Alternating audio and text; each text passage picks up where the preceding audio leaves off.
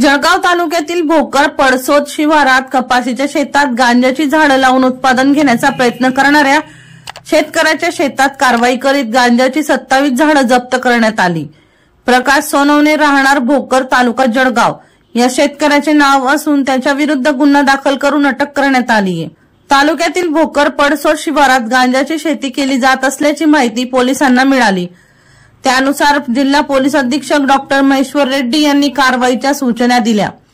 Upper police अधीक्षक अशोक नखाते, उपविभागीय police अधिकारी संदीप गावित यांच्या मार्गदर्शनाखाली तालुका पोलीस ठाण्याचे पोलीस निरीक्षक महेश शर्मा, सहाय्यक पोलीस निरीक्षक अनंत हिरे, पोलीस उपनिरीक्षक गणेश सायकर हे संबंधित शेतात पोहोचले।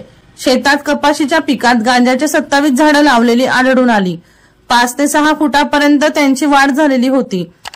पोलिसांनी नायब तहसीलदार दिलीप बारी, कृषी अधिकारी अमित भामरे, वजन मापे निरीक्षक अनंत पाटील यांना बोलवून खात्री करीत पंचनामा केला। या प्रकरणी प्रकाश सोनवणे यांच्या विरुद्ध गुन्हा दाखल झाला आहे। दीपक राठोड यांचा रिपोर्ट DR न्यूज जळगाव।